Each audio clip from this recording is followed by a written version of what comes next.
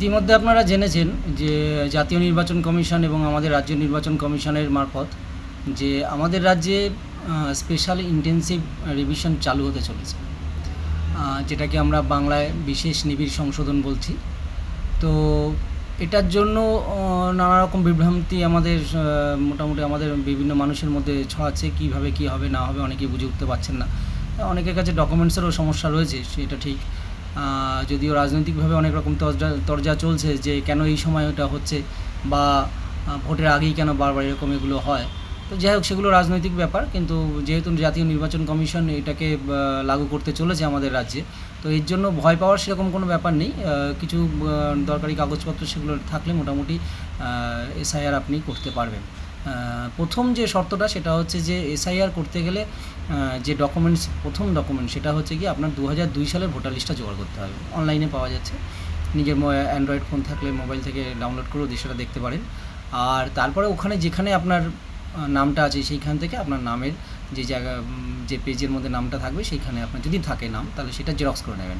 তাহলে এসআইআর করতে গেলে প্রথম শর্ত হচ্ছে যার 2002 সালের ভোটার লিস্টে নাম আছে সেই ভোটার লিস্টের পেজটাকে জেরক্স করে সঙ্গে 1 কপি ফটো আর যে কোনো একটা বৈধ ডকুমেন্টস জমা দিলে আপনার এসআইআর কমপ্লিট হবে।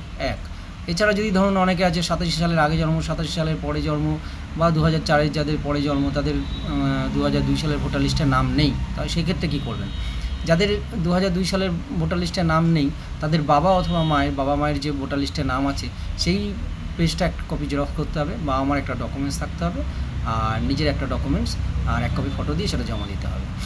আর যাদের 2004-এর পরে যাদের জন্ম, তাদের তো 2002-এর ভোটার লিস্টে নাম থাকার কথা নয়, তাদের বাবা মার বৈধ ডকুমেন্টস 2002-এর ভোটার লিস্টে বাবা মার যেখানে নাম হচ্ছে তার একটা জেরক্স, আর হচ্ছে আপনার 1 কপি ফটো, নিজের একটা বৈধ ডকুমেন্ট। সেক্ষেত্রে আপনার মাধ্যমিক উচ্চ মাধ্যমিকের আপনার যে অ্যাডমিট কার্ড বা রেজিস্ট্রেশন বা সার্টিফিকেট সেটা থাকলেও হবে।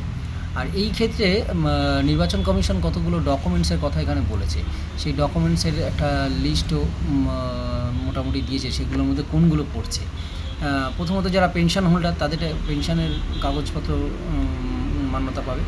বার্থ সার্টিফিকেট যাদের আছে, পাসপোর্ট, বোর্ড সার্টিফিকেট মানে স্কুলের মাধ্যমিক উচ্চ মাধ্যমিকে পাস করেছেন যে বোর্ড থেকে, সেই বোর্ডের যে সার্টিফিকেট, আর হচ্ছে আপনার পার্মানেন্ট রেসিডেন্সিয়াল সার্টিফিকেট, স্থায়ী বাসিন্দা যে শংসাপত্র, আর হচ্ছে SC ST OBC এর যদি সার্টিফিকেট থাকে, সেইগুলোকে আপাতত এখন অবধি যা ডকুমেন্টসের লিস্ট দিচ্ছে তাতে মান্যতা পাবে।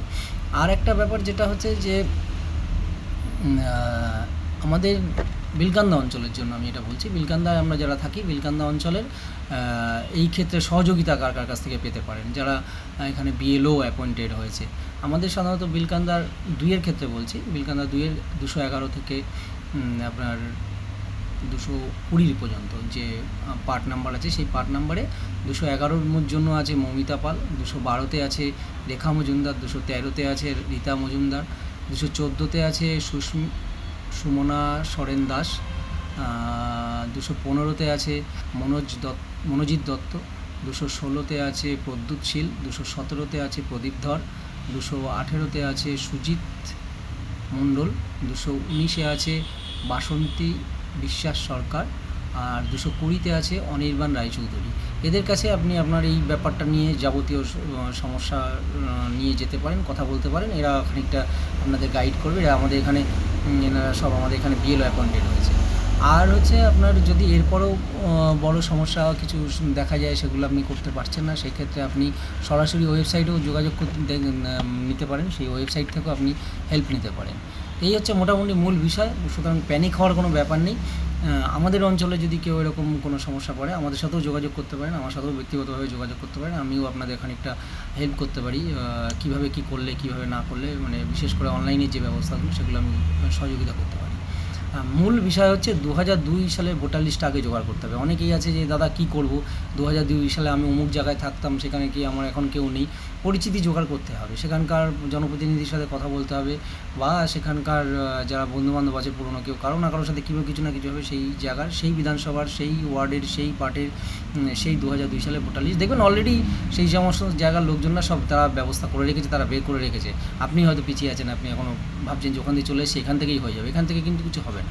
যারা চলে এসছেন, মানে জায়গা পরিবর্তন করে বাড়িঘর চেঞ্জ করেছেন, তাদের ক্ষেত্রে বলছি। তা সুতরাং যারা মানে বাসিন্দা হিসেবে পরিবর্তন করেছেন, স্থান পরিবর্তন করেছেন, তাদের জন্য অবশ্যই যেখানে পূর্বে ছিলেন 2002 সালে ছিলেন সেইখান থেকে ভোটার লিস্টের জেরক্সটা ইমিডিয়েট সংগ্রহ করুন। ভোটার লিস্টে যেখানে আপনার নাম আছে, আর যদি নাম না থেকে থাকে তাহলে বাবা মায়ের আর যা ডকুমেন্টসগুলো বললাম এগুলো কমসে কম জোগাড় করে আপনি এসআইয়ের জন্য প্রস্তুত হন। এসআইআর কিন্তু হবে, প্যানিক হওয়ার দরকার নেই। এখানে আপনি যে এখানকার স্থায়ী বাসিন্দা, আপনি যে এখানকার ভোটার, তার প্রমাণ দেওয়ার এখন প্রয়োজন আছে। তারপরেও বলি রাজনৈতিক তর্ক বিতর্ক আছে, সেগুলোতে না যাওয়াই ভালো, কারণ এটা হবে, এটা করতে হবে। তবে হ্যাঁ, এটা এমন যে যারা বৈধ তারা কেউ বাদ পড়বেন না, তার জন্য আমরা আপনাদের সঙ্গে আছি। যেভাবেই হোক, যেখান থেকে হোক, যে সোর্স থেকে হোক, আমরা আপনাদের সাথে আছি, যাতে কেউ বাদ না পড়েন সেদিকে আমাদের তীব্রতর দৃষ্টি রয়েছে। ধন্যবাদ।